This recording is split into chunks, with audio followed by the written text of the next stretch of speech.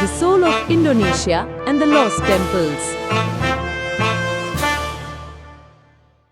The world had written them off, believing the magnificent temples of Java were swallowed by the voracious jungle, never to be seen again. But the jungle, it seems, has its own memories. A faint, ethereal whisper first, then a chorus of ancient stones began to murmur from the depths, reawakening a forgotten civilization. This is more than an archaeological marvel. It's a gripping saga of enduring survival, the reclaiming of a lost soul, and a spiritual resurrection so profound it will defy your every expectation. This is the narrative of the soul of an ancient Indonesia's awakening.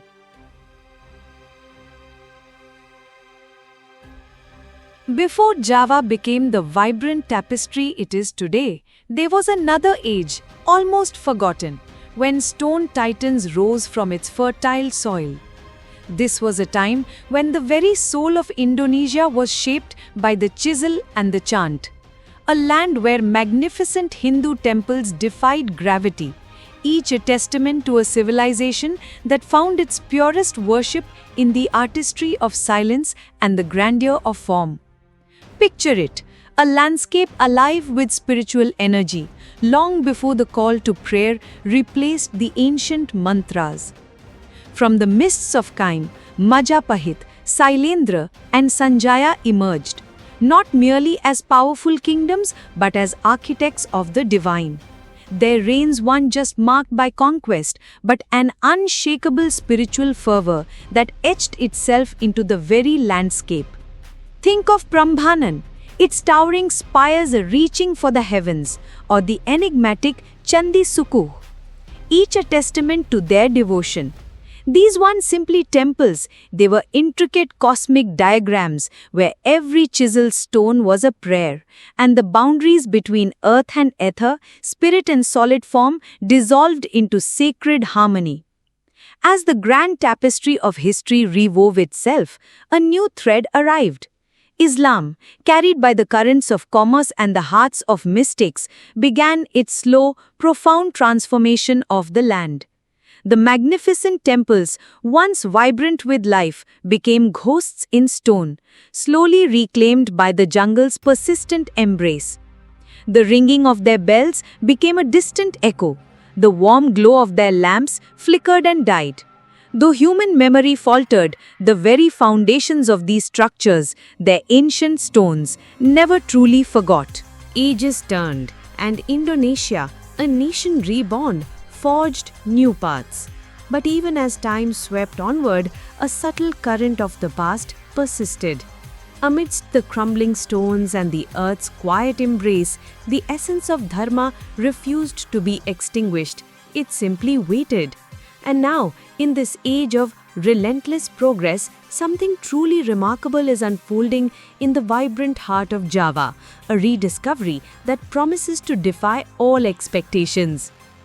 Now, from the silent echoes of the past, the descendants of those ancient temple builders are stirring once more, not with the clash of steel or the roar of slogans, but with the humble might of shovels, the grace of ancient rituals, and an unyielding, fervent devotion.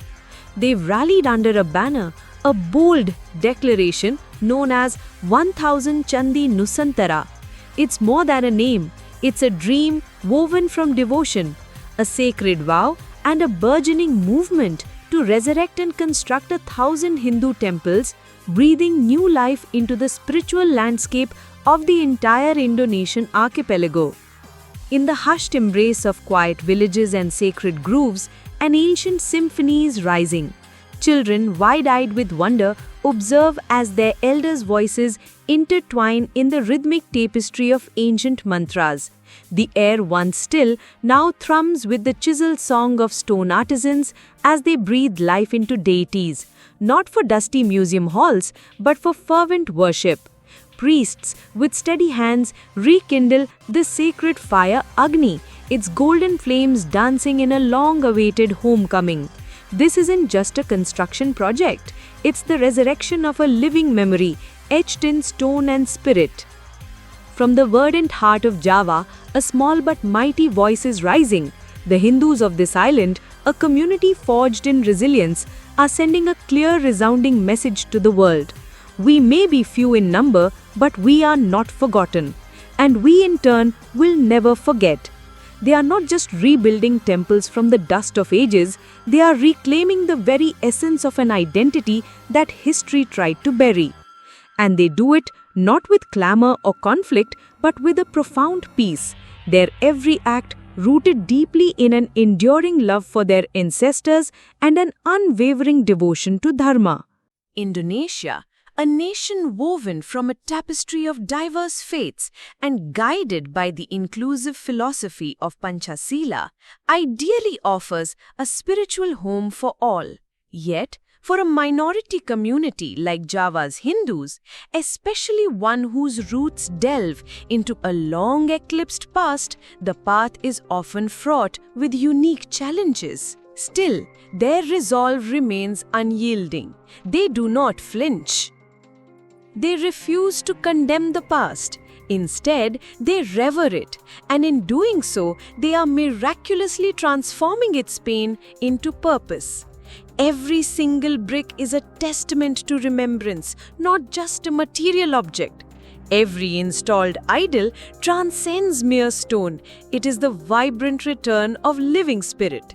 What the world is privileged to behold in Java today isn't solely the revival of magnificent temples, it is the quiet, profound exhalation of a civilization reborn, rising with a gentle persistence that promises to endure.